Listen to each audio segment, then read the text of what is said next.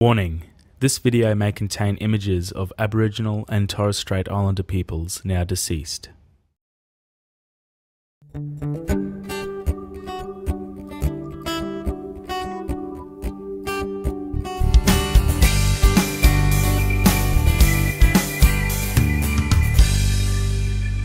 Since 2006, the Royal Flying Doctor Service, Queensland Section, has been working with Cape York communities to build their capacity to respond to social and emotional wellbeing issues by providing employment and training opportunities. Marilyn Keppel completed a Certificate 4 in Community Development and works in Cowan, Cape York. This is Marilyn's story.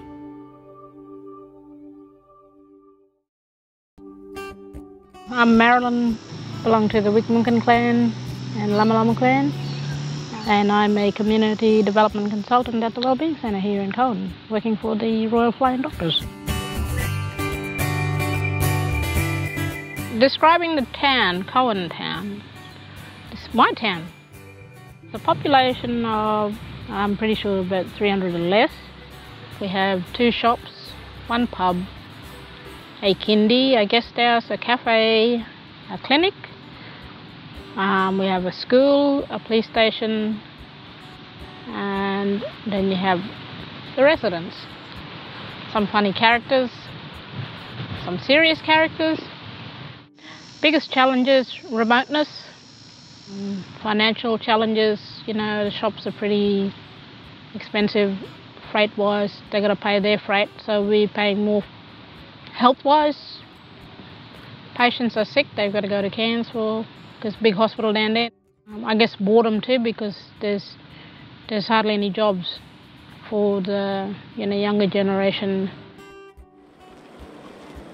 Wellbeing Centre, it's a community centre for anyone and everyone who comes in there.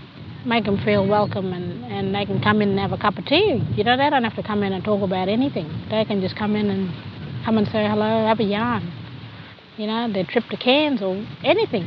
But it's just, I think sometimes they're afraid of doing that because there's that stigma that it's, oh, that's a mental health place. You know, I don't want to go there. People are going to see me walking through there. They're going to think something wrong with me, or, you know, they're going to know my business, or, you know. But it's not about that. Come in and sit down and have a yarn. Particular skills I learnt at Cert for communication, people skills, listening skills too, whether it be the elders group, the women's group, if it's one-on-one counselling.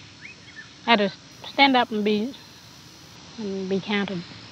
Well, when I first started going to training, I was, really nervous, scared, just didn't know what I was getting myself into. I thought, what am I doing? I've got to go in and I've got to meet all these people and I've got to be talking, and oh, that's shame. And that was a challenge for me because I was this shy, awkward teenager, and I walk along with my head down and not look at people. But I think the main thing that was in my head was that, am I smart enough? That's what I was kind of worried about at that time. But I actually lived that life, because most of the topics were about drug and alcohol and mental health issues. And I lived that life, 13 years of it, I lived it. And so I knew, I had the experience, and I probably just didn't know how to go about talking about it, how to, raise the subject, or, maybe because it was painful still. I think I'm, doing that course, it just brought out a lot in me, and I think I came to that final straw where I let go, so that healing's well and truly. That part of that journey is over. I'm on a new journey now with RFDS. The people that I've met, they've given me so much to think about. Even their time is precious to me because, I'm always absorbing some information. I'm learning something new from any one of them that I spend time with.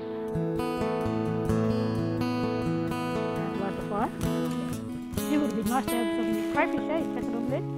My happiest childhood memory would be of my mum and me spending so much time together, camping, fishing, hunting, looking for turkey egg, catching bream out of the river. I think she's looking down on me and she's crying, happy tears. She's proud, proud of what I've achieved. I'm hoping to go off and do study next year. So I want to be a counsellor.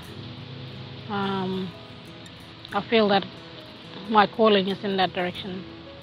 Future of my community, I'd love to see more people walking with their heads up high, being proud of who they are and where they're from, and being proud of their family as well, their past history, and embracing that past history and moving towards the future.